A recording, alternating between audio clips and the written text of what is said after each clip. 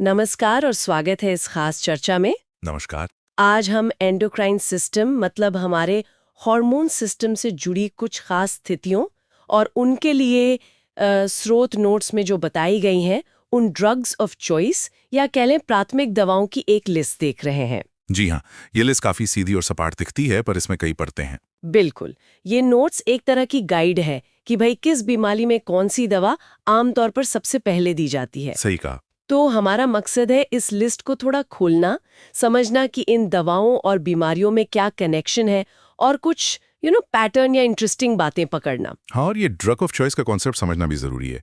मतलब ये वो दवा है जिसे आमतौर पर सबसे असरदार और पहला विकल्प माना जाता है, जो भी लेटेस्ट मेडिकल गाइडलाइंस है उनके हिसाब से। सही, तो ये लिस्ट एक क्विक रेफरेंस जैसी तो है, लेकिन अक्सर ऐसी लिस्ट देखकर सवाल भी उठते हैं मन में। बिल्कुल उठते हैं। तो चलिए फिर शुरू करते हैं इसकी गहराई में उतरना और देखते हैं कि ये हमें क्या सिखाती है। जरूर। शुरुआत करते हैं सबसे कॉमन चीज से, शायद डायबिटीज और ग्लूकोज कंट्रोल।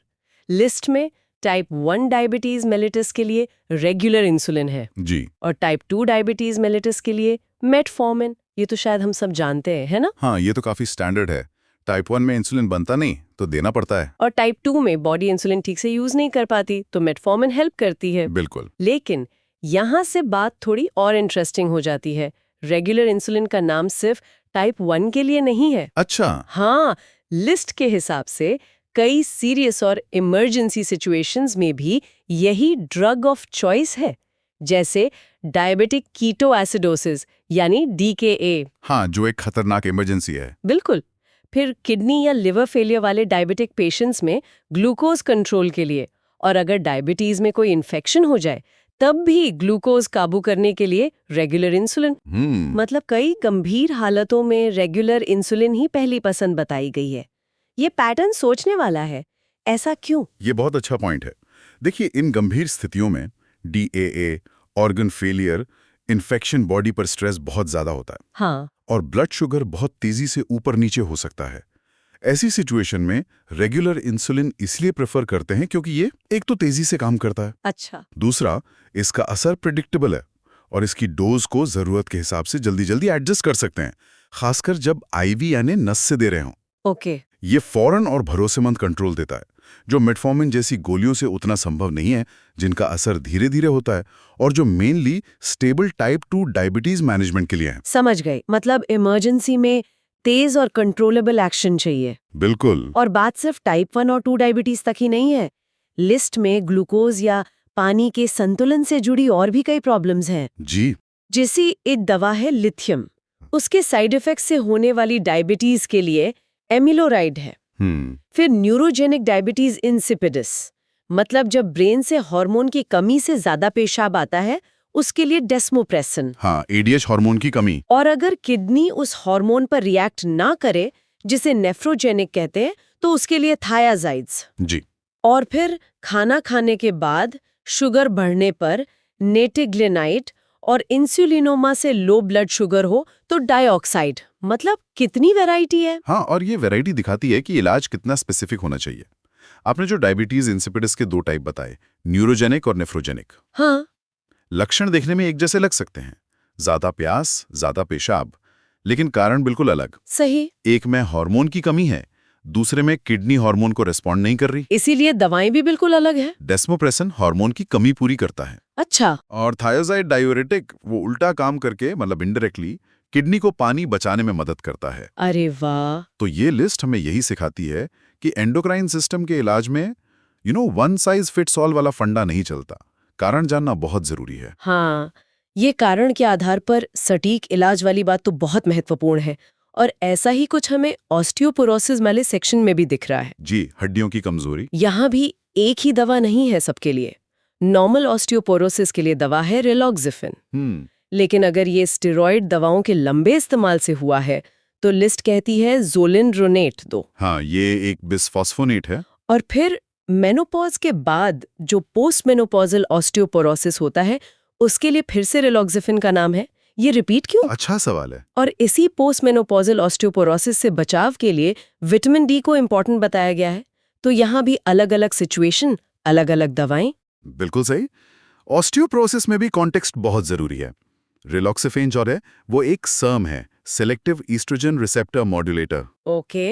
ये ईस्ट्रोजन की तरह हड्डियों पर काम करके उन्हें मजबूत बनाता है। तो मेनोपॉज के बाद जब ईस्ट्रोजन कम होता है तब ये खास तौर पर फायदेमंद है। अच्छा, इसलिए पोस्ट मेनोपॉजल में इसका नाम है, और शायद नॉर्मल वाले में भी इसी वजह से। हाँ, संभवतः। लेकिन स्टेरॉइड इंड्यूस्ड ऑस्टियोपोरोसिस में प्रॉब्लम अलग है। वो कैसे? स्टेरॉइड दवाएं हड्डी बनने की प्रोसेस को धीमा करती हैं और हड्डी गलने की प्रोसेस को तेज। ओह। तो यहाँ ज़ोलेंड्रोनेड जो बिस्फॉस्फोनेट है वो ज्यादा असरदार माना जाता है क्योंकि ये सीधे हड्डी के गलने के प्रोसेस को रोकता है। अच्छा, तो कारण अलग तो दवा का एक्शन भी अलग चाहिए। बिल्कुल। और विटामिन डी का जिक्र प्रिवेंशन में है, बचाव के लिए। ये तो खैर बोन हेल्थ के लिए बेसिक जरूरत है ही, कैल्शियम एब्जॉर्प्शन के लिए। तो इस सेक्शन से भी वही बात निकलती है, बीमारी का कारण क्या है और स्टेज क्या है, इलाज या बचाव, इसी से दवा तय होती है। ये तो कमाल है कि हार्मोन या दवाएं कितनी पिन पॉइंटेड तरीके से काम करती हैं। अब आते हैं अगले ग्रुप पर, रिप्रोडक्टिव हेल्थ। जी। यहाँ तो एक दवा ने मुझे सच में चौंका दिया, क्लोमिफेन सिट्रेट। अच्छा, क्लोमिफेन। हाँ। लिस्ट के हिसाब से पॉलिसिस्टिक ओवेरियन डिजीज यानी PCOS, पुरुषों में स्पर्म काउंट कम होना यानी ओरिगोस्पर्मिया, कॉर्पस ल्यूटियम की कमी और एनओव्यूलेटरी इनफर्टिलिटी मतलब ओव्यूलेशन न होने से बांझपन। इन 4 अलग अलग दिखने वाली प्रॉब्लम्स के लिए एक ही दवा clomiphene citrate drug of choice है। ये कैसे हो सकता है, एक ही दवा, इतने सारे टारगेट्स? हाँ, ये क्लोमिफेन का इतना वाइड यूज सच में ध्यान खींचता है।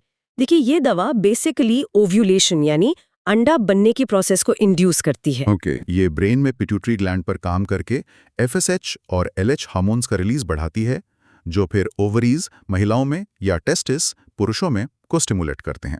अच्छा। तो लिस्ट के हिसाब से इसका use PCOS, anovulation, corpus luteum की कमी जो सब फीमेल फर्टिलिटी से जुड़े हैं, और पुरुषों में ओलिगोस्पर्मिया के लिए भी होता है। पुरुषों में भी? जी हाँ। इससे लगता है कि इन सभी कंडीशंस में कहीं ना कहीं हार्मोनल सिग्नलिंग या बैलेंस में कोई गड़बड़ है, जिसे क्लोमिफेन ठीक करने की कोशिश करता है, भले ही वो गड़बड़ अलग अलग तरह से दिख रही हो। ये दवा एक तरह से रिप्रोडक्टिव सिस्टम के हार्मोनल एक्सिस को रीसेट करती होगी। वाह, ये तो काफी दिलचस्प मैकेनिज्म लग रहा है। जी। और भी दवाएं हैं इस सेक्शन में, जैसे इमरजेंसी कॉन्ट्रासेप्शन के लिए मिफाप्रिस्टोन। हाँ। लेबर इंड्यूस करने यानी डिलीवरी शुरू कराने के लिए ऑक्सीटोसिन। जी, ये तो नेचुरल हार्मोन भी है। और ब्रेस्ट कैंसर प्रिवेंशन के लिए टिमोक्सिफिन, और प्रोस्टेट कैंसर के लिए GnRH एनालॉग जैसे बसुरिलिन। और पुरुषों में प्रोस्टेट बढ़ने की जो समस्या होती है BPH, उसके लिए 2 दवाएं हैं, फिनेस्टेराइड और टैमसुलोसिन। यहाँ 2 क्यों? हाँ, ये भी अच्छा पॉइंट है। फिनेस्टेराइड और टैमसुलोसिन BPH के लिए अलग अलग तरीके से काम करते हैं। कैसे? फिनेस्टेराइड प्रोस्टेट के साइज को कम करने में मदद करता है। ये टेस्टोस्टेरोन को उसके ज्यादा एक्टिव फॉर्म DHT में बदलने वाले एंजाइम को रोकता है। अच्छा। जबकि टैमसुलोसिन एक अल्फा ब्लॉकर है।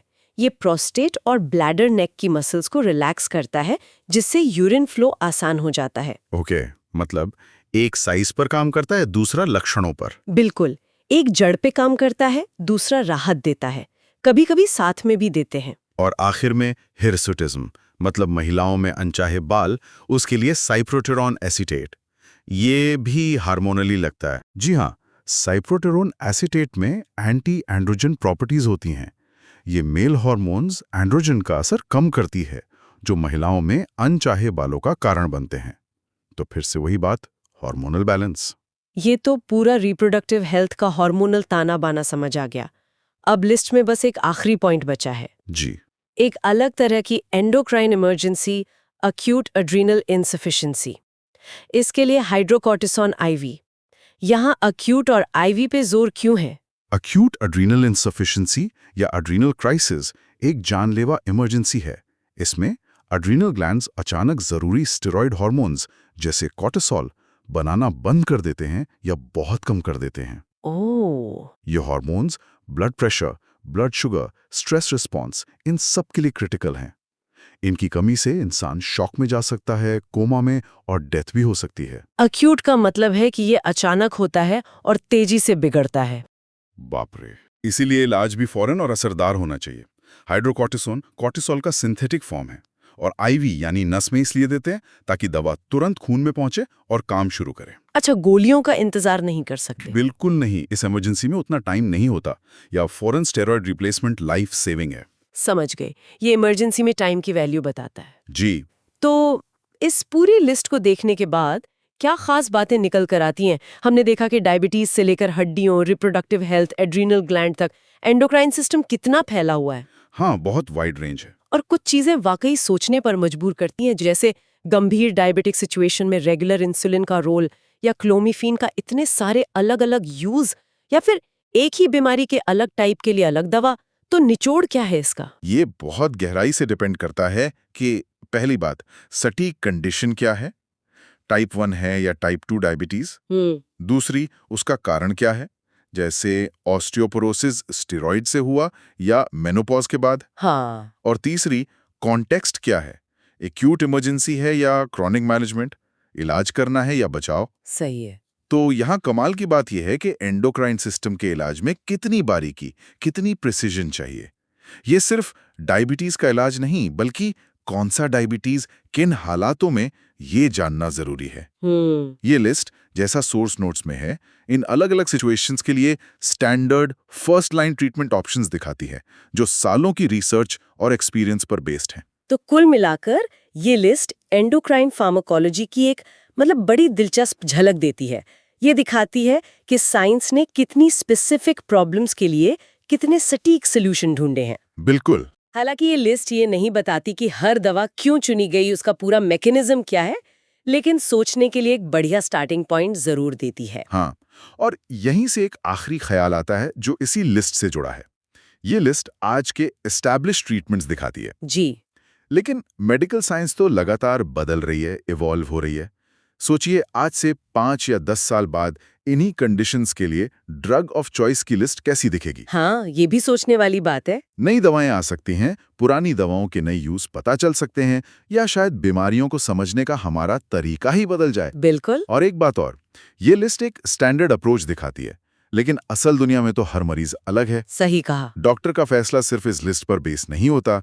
मरीज की उम्र, उसकी बाकी हेल्थ प्रॉब्लम्स, वो और कौन सी दवाएं ले रहा है, दवा की कीमत, अवेलेबिलिटी, मरीज की अपनी प्रेफरेंस, ये सब मिलकर तय करते हैं कि किसी एक इंसान के लिए बेस्ट इलाज क्या है। तो ये लिस्ट जानकारी तो एक जरूरी हिस्सा है, पर पूरी कहानी नहीं।